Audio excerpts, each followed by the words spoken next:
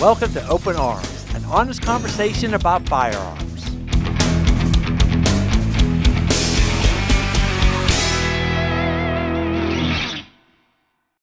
Hey everyone, I'm your host Brian Lockerman, and today in the studio I have back with us Mike Cabrera, our NRA certified instructor. Welcome back, Mike. Thank you, Brian. Good to be here. Great to see you. Yeah, you're looking good. You've been working out or something? No, stop lying. I didn't think so. Anyways, but Mike, we have a phone call guest today. We have Sarge from C4Defense calling in. What's happening, Sarge? Oh, not much. I'm just hitting the road on the way to Indy. Beautiful. Nice. Well, Sarge, I've been watching a lot of your videos. I'm loving what you're doing. I love the comparison of guns and testing guns out. These videos are fantastic. Hey, thank you very much. I appreciate it. This is the best hobby I've ever had. Is having a YouTube gun channel. No doubt. Now, Sarge, you and Mike, I think, have a lot in common. You also teach training as well, correct? Safety training? Oh, yes. Yes, I teach concealed carry, NRA certified range safety officer. I'm definitely concerned with gun safety. There you go. As Mike is. Yes, I am too. And, Sarge, I just want to mention I was really impressed to watch you shooting. I know you are a big fan of the G-locks. I call them G-locks, Glocks. But, you'd probably be a better shooter if you opened your eyes when you hit those targets. I know that's somebody in the back hitting a cowbell, maybe. Yeah. Oh, yeah. Well, that sounds good. Sarge, so you do a lot of safety classes, correct? Yes. That's one of the reasons why I started this project, Open Arms, to really show the importance of gun safety. And that's why I have Mike as our main trainer, because Mike is fantastic when it comes to classes.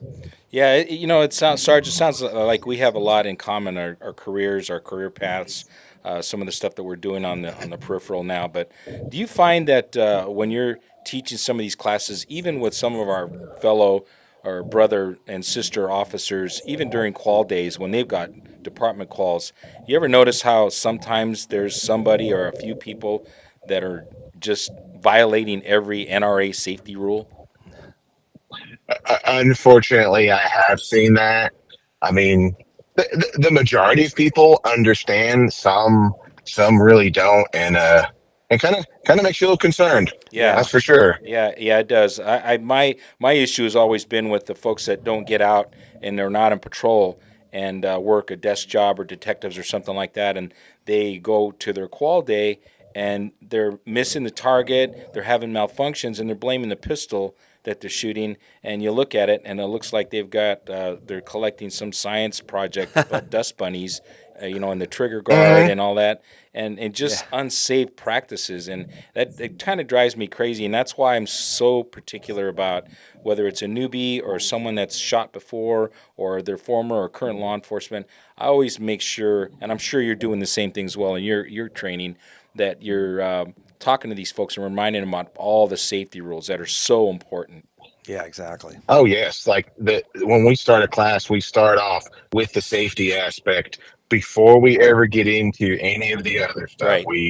We harp on safety because, if something bad happens, we've wasted all our time and somebody's gotten hurt, and that's the last thing that we want. That's not why we're there. We're right. There so everyone can stay safe. That's right. That is true. Yeah. That's true. I don't want to be the person that says that guy right there was teaching the class when this person got injured. Yeah. So I'm very sticky about that, and I'm sure you are as well. Sounds like you're pretty passionate about what you do, and I am as well. Absolutely. There's not enough of us out there, frankly, that are following those rules and regs and doing things the right way and the safe way, especially when you're talking to folks that want to buy a pistol and they've never bought a pistol, never shot a pistol, and the first thing they do when they go into the gun store is they look at something, they go, oh, that's cool, and they grab it and they put their finger in their trigger guard. First thing they do. Oh, gosh. It's like there's a magnet in their finger. I know. Yeah, it's crazy. It's drawn to the trigger. Yeah, they just can't help themselves, right? Exactly, and that's one of the first things we try to correct. Yep. Is keeping your finger out of the trigger guard until you're on target and ready to fire. 100% there. Now, Sarge, you and Mike have a lot in common. You both have law enforcement backgrounds, which I think is a big plus for both of you for doing the safety training, correct? Oh yeah, it definitely doesn't hurt. I've got 20 years in so far, and still got a little ways to go Wow. before I retire. Very nice. Very good. Yeah, Mike here, he's got something similar, correct? 20 years, yeah, it's 20 years, and I had the fortune of working for Heckler and Koch for 10 years, and I was a Oh wow. law enforcement sales rep with H&K, and that gave me an opportunity to get back into firearms again after I retired. But you'd be surprised sometimes even the SWATologists out there. I love those guys because I was one, and I know that you were one. They make mistakes too, and it's kind of shameful sometimes, and you wonder how these guys make it through these classes and courses and stuff, and ultimately do what they need to do out in the field. So it's important for everyone. I treat everyone the same way, whether you're a SWAT guy or you're on the job, not on the job, a new shooter or a former shooter. They all have to be treated the same, and I love the safety part because to me that is what's going to help people understand firearms. 100% there. Hey, Sarge, I got a quick Oh question. yes. Quick question for you, Sarge. Okay. One of the reasons why I did start this project, I have a lot of law enforcement friends and firefighters, and they would tell me one of the worst calls they've ever gone on. I don't know if you've gone on one of these as well, is when they get a call that there's been an accident, a careless accident at a house, and a loved one gets shot by another loved one, by accident, and they go on these calls. They hate it. And that's when I said to myself, we need to start a project to show America how important gun safety is to stop this. Oh yes. So have you ever experienced that on your own?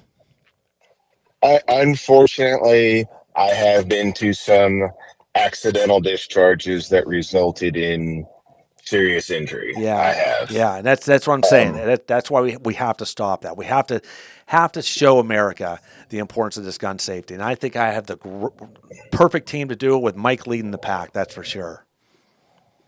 Yeah, it's. I've seen it happen in the locker room at the my first department that I worked at. Someone went in and they were showing off their new 1911, and he put his finger on the trigger guard and went to holster it and popped around through his ankle. Another guy Oh man. press checked his pistol with his left hand. He's a right-handed shooter. Another 1911. Not to say that the 1911s are bad. They're great pistols. That's my daily carry. But if you don't understand it and don't take the time to learn it, and you start showing it, off, you know what's going to happen. Yeah. Yep. exactly. If you don't understand it fully, you can easily have an accident with a 1911. Yep. That is Easily. true. Yep. That's true. Wow, I never knew that. You Yeah. never told me that story. That's Yeah, crazy. it's pretty crazy. It happened, and the first thing he said was, "Oh, I had a accidental discharge." Well, in my opinion, that's not accidental. That's negligent.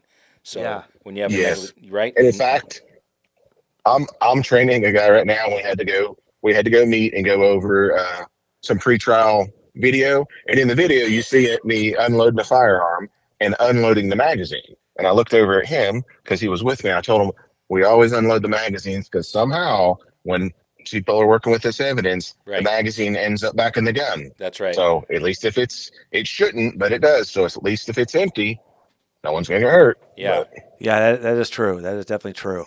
And what is the main rule? You always treat that gun as it's loaded, no matter when, where, how, why. Correct, Sarge? I I can tell you the exact instance when my grandfather drilled that into my head when I was a kid. There you And it was go. like it was yesterday. That's what It my has father lived did with too. me for 40 some years now. I can remember exactly how it went, and he was correct. I tell you, and Sarge, I already told this story before. I told Mike knows about it, but I had a brand new gun sent to me. It sealed up in a box, and when I pulled it out and pulled the charger back, a live round flew out from the factory. Wow. So right there tells you, no matter, I don't care where, when, why, or how, you pick that gun up, that gun is loaded, and you treat it as a Oh, loaded yeah. weapon.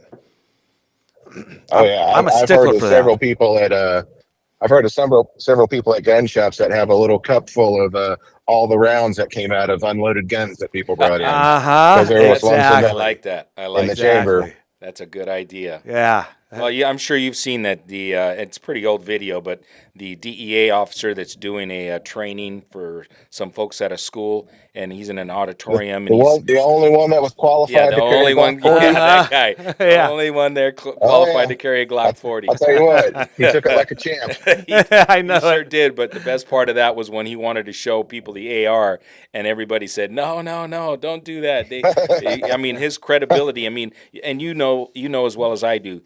Working in law enforcement, you can save 100 lives and no one will call you a hero. But you screw one up and everybody's talking about you. Oh yeah, no doubt. So that guy's Oh, you're the worst credibility. person on earth. Yeah, exactly. And your credibility goes down the tubes, and nothing you can say or do can ever bring that back. So it's imperative that folks like you and myself and others that are out there listening that are safety minded, that you go through these things in your mind all the time on your way to the range. When you get up to take a shower, you know you're going to teach a class on your way, thinking about these rules and regs all the time. And it's getting to the point now where Oh, yeah. I don't even want people in our training classes that we hold before the night before. I want to see their weapons, but we put them away, and I want to use blue guns so that I can teach people safely and correctly. I don't want any live rounds. I don't want any magazines and pistols. None of that stuff. Mm-hmm. Yeah. Oh, yeah, that's a great rule of thumb. Yeah. Great rule of thumb. One other thing, Sarge, too, what I tell people, if they're going to find a trainer, if it's our team is, amazing.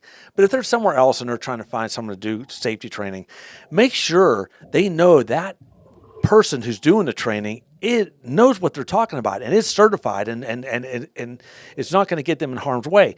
For example, the thing that happened out in Arizona, that little girl shooting that full automatic weapon. She had a trainer that was standing in the complete wrong area. He was not doing the proper stance for a full automatic weapon for someone like her to be shooting that.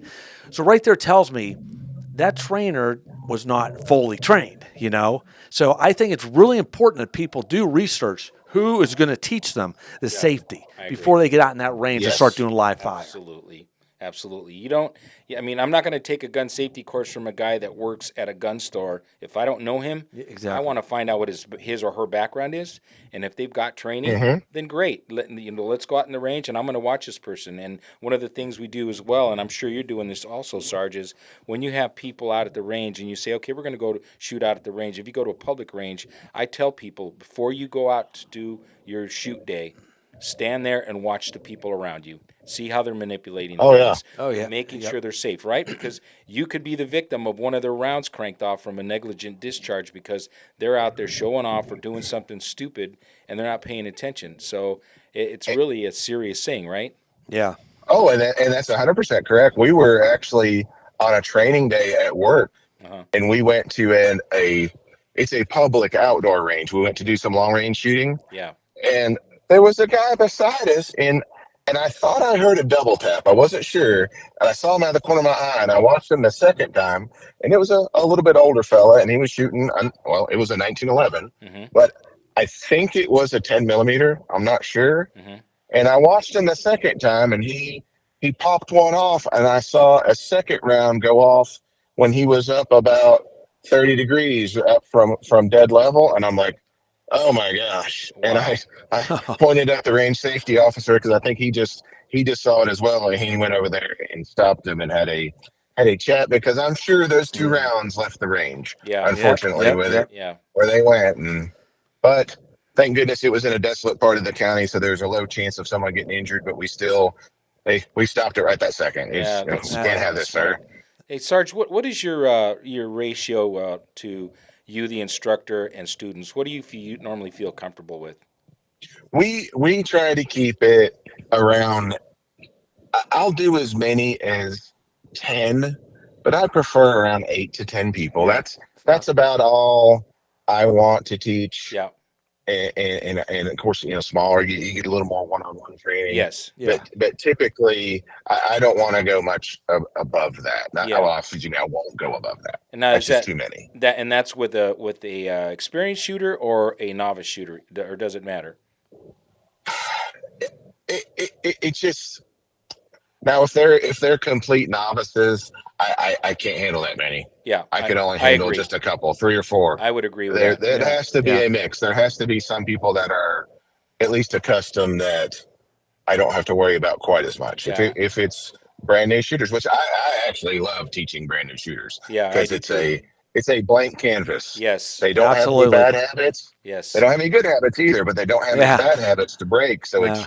it's much easier to teach them correctly than to correct these other bad habits. Right. That's true. That is true. Yeah, that's a good time Yeah. to mold and scold because they want to soak it all up. But I wasn't trying to put you on the spot. I hope you don't think I was trying to put you on the spot. I wanted to I like to find out from other people because I feel the same way. If it's a novice group, I'm going to do 3 shooters. If it's more that this is their second or third time back and I've seen their performance before and how safe they are, then I'm a little more trusting and I might have someone an RSO with me just to keep an eye on people when the range is cold, right? To make sure that it is cold, that someone's not little farting around with their pistol while And it's now supposed to be ranged. typically, if we do have like when I set up to 10, there will be a second person Yeah. that goes to the range with me No to doubt. make sure, just to watch everyone. No Very doubt. Just good. to make Very sure, good. because I don't have, That- I yeah. can't watch everybody that well. I know it. Absolutely. I know it. Absolutely. And as far as shooting at one time, we definitely will not shoot all 10. No. It would only be a couple at a time. Right. Right. Absolutely. Hey, Sarge, with your training, do you go to the person's house too and show them how to store their gun and do a little bit of safety checks with them at their home? I have not done that, but I am definitely, excuse me. I actually did do that. I went and taught one class at this person had their coworkers over. We just really set it up in their living room and did everything there and then went out to my range.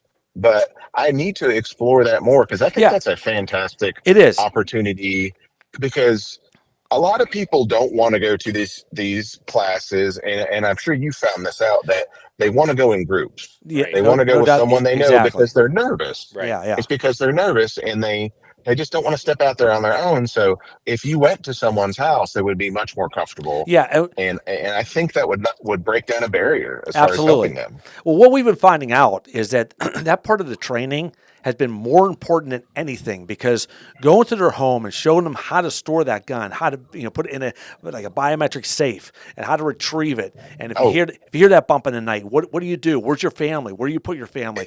That is to me is so important.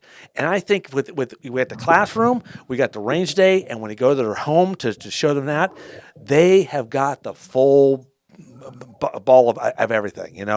That home stuff I think is so important because I see a lot of my friends throw their guns underneath the bed loaded and just willingly leave it there. So this is what we're stopping. I don't have mine beside my bed. I have mine in a cabinet. I have to get up. There you stand go. up. I have to walk a couple of feet. I open the door and I grab it. Now, it's only going to take me a second or two. Right. Yeah. But right. I know people both that, people that are strangers of calls I've responded to a friend that I know that have accidentally shot themselves by having their gun entirely too close, wake up startled, and something terrible happened. Luckily everybody was essentially okay. But yeah, it is a real concern because when you're asleep, you're semi-conscious, you're unconscious. You don't want to wake from an unconscious state to having a firearm in your hand. That's right. Seconds. Hey, sorry, another quick one. Sorry to jump on you like that. Oh no. I was at a dinner party the other night, and I was asked this question because it was the topic. Because everybody always bombards me about the show and what we're doing and everything like that because they all want to learn safety. Wonderful? Yeah, it's great. It is awesome. Now, one of the questions was asked, and I want to hear your answer. I gave an answer for this one. One of the girls asked me, okay, what I'm afraid of, if I have this gun in my house and an intruder comes in, let's say he wrestles me down and takes my gun away from me. That's my fear, that he's going to get my gun and use it on me.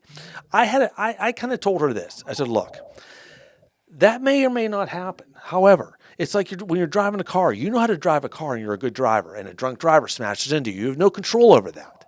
Now, there are some things you can do to avoid that. What would you tell that person, Sarge?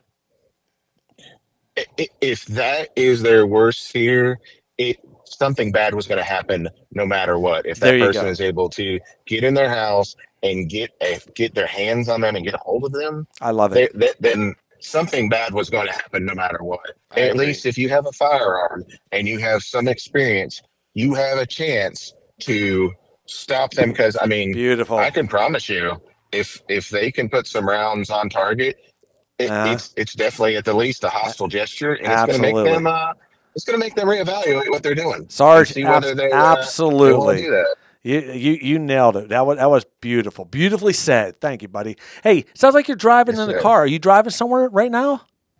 I am on the way to the NRA annual meeting Oh, in no way. Indianapolis, Indiana. Awesome, man. That's We're heading fantastic. up a day early. We're heading up Wow. a day early because there's a range day tomorrow. So I'm hoping to go try out some new stuff and see what's Nice. out there. Nice. Oh, man, you're And making me jealous, Sarge. Come on. Yeah, those range hey, days are a man, lot of fun, but any that's NRA member can go. And yeah, if they see me at the show, feel free to come up and talk. And I've probably got a few patches with me or a few stickers that I beautiful. may give out while I'm there. Beautiful.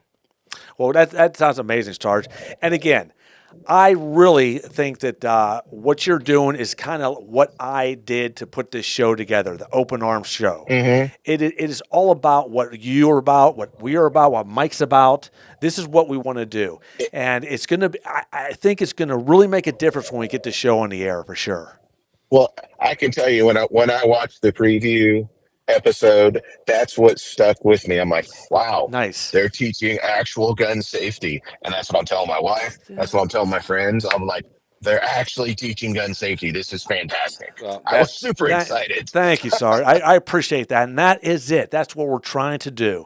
And I think it's working, to tell you the truth. yeah, that was one of the things, Sarge, when I first came on board. I've been with Brian for a long time now, and when he first started talking about this show, I said, "Listen, it's got to be more than gun safety.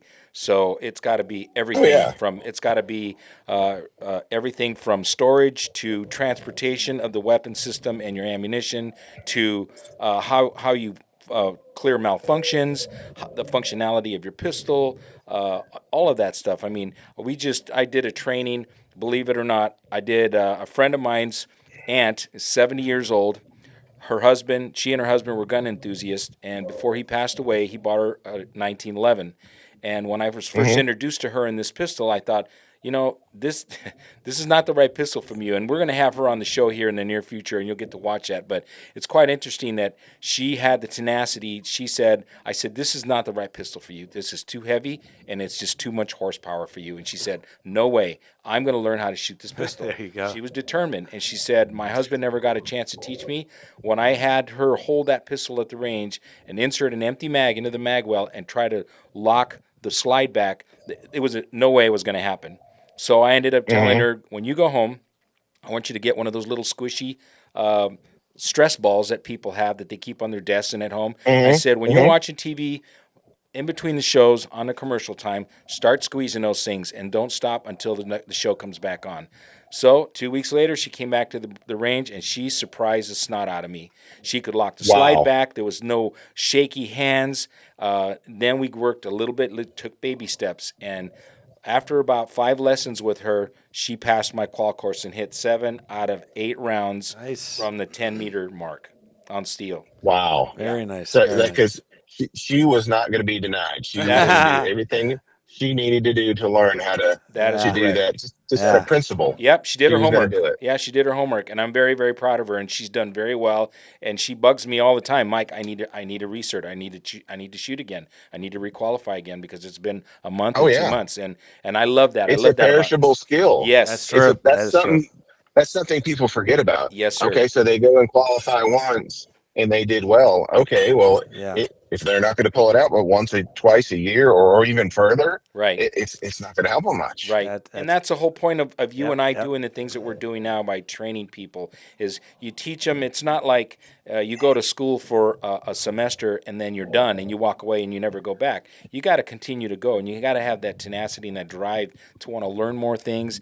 I started working with the same gal shooting from the hip. So if you're just standing there, she's so used to pointing her hands, having her arms extended out and pointing a pistol at the target. I told her to bring her hands in close to her body. I want her to shoot from there so she knows what that's like, because if she gets into an altercation with someone inside, right, could happen, or someplace else, she feels comfortable and confident that she can hit the target. So very good. People have an amazing ability to point at things, and if you teach them point shooting, they can do surprisingly well. Right. Awesome. Sarge, this has been great talking to you. I really do appreciate you getting on the call with us here. real quick, why don't you tell the people where they can see your videos? Okay. Yeah. If you're familiar with YouTube, you can either search, they have the new handles on there now. So you can hit the at SargeC4Defense, or you can just type in C4 Defense and I should come up. And Okay. you can do the same thing on Instagram. I've added a TikTok, but that's really just like the behind the scenes stuff. Yeah. Because anytime you have a gun on there, your video gets banned. Oh, I know But it. We know it well. We know it well. but that's okay. That's But good. so I just do some behind the scenes stuff and some funny stuff over there. But yeah, it's mainly on YouTube. Okay. Is the main place. Yeah, everyone, just go there. Check them out. I've been loving watching his videos. I think they're fantastic. So, yeah. I'm hoping to have a lot of new content from NRAM this weekend yeah. and from Range Day tomorrow. We'll get some stuff out there. That'd be Hopefully something new, because I know a few products are going to drop this weekend. And that'd be great. hopefully we can get some quick videos out on those. Well, very good, Sarge. Very good. So there you go, guys. You can find Sarge on YouTube. It'd be fantastic to watch those videos. And to find us, go to our Instagram, openarms_defense training. Go there. Click subscribe for our YouTube channel too. And please, if you want to be on the show, contact us. I am inviting everyone and anybody on this show for a good conversation. And Sarge, I really appreciate it. Here we are bugging your trip to your show right now. But it was so nice of you to sit there and talk to us today. I've got a 7-hour drive ahead of me just to be entertained. Yeah, okay, good deal. Keep fighting the fight, brother. And we love seeing your stuff out there. I saw it. I watched it again. What I'm looking forward to is maybe a little emphasis on some of the newer pistols that are coming out for those that are thinking about buying a new gun, and maybe we might even do the same thing. Or if you plan on doing the same thing, is maybe comparing some of the new revolvers to some of the smaller, compact type pistols, semi-auto pistols for novice shooters, and get your opinion on them. But I think what you're doing now is great, and it's a good way for. I've got a video recorded that I've got to edit and get out on a newer revolver that I think is fantastic for concealed carry. So maybe I'll have that out in the next week or so. I got to compliment you also. The one that I liked the most, believe it or not, was your deal on the 357 lever action rifles. Everybody does stuff on ARs, and that's really cool, and I like them. I like long guns, and I like distance shooting, sniper rifles, but that lever action, that podcast was really, really cool. I like that too. That was great. I've got a new stainless one that I'm in love with, and I'm actually going to put a little red dot on it. I'm polishing up the red dot to go on it. And lever actions are so much fun. Yeah, I know they are classic. They work great, and they're really good in some of the states that have these restrictions. Well, they shouldn't have, but they have these restrictions, and that's one way around it for a good shooting gun and it's really a lot of fun as well for the target aspect and the sport 100%. aspect as well as self-defense. Absolutely. I agree with you 100%. They're beautiful guns, and they're, like we're here in the People's Republic of Californication, and they don't let you have anything, but those lever action some on the rifles East Coast as well that are very restrictive. Luckily, North Carolina's open, so that's good. Yeah, those lever actions are really cool. I like them.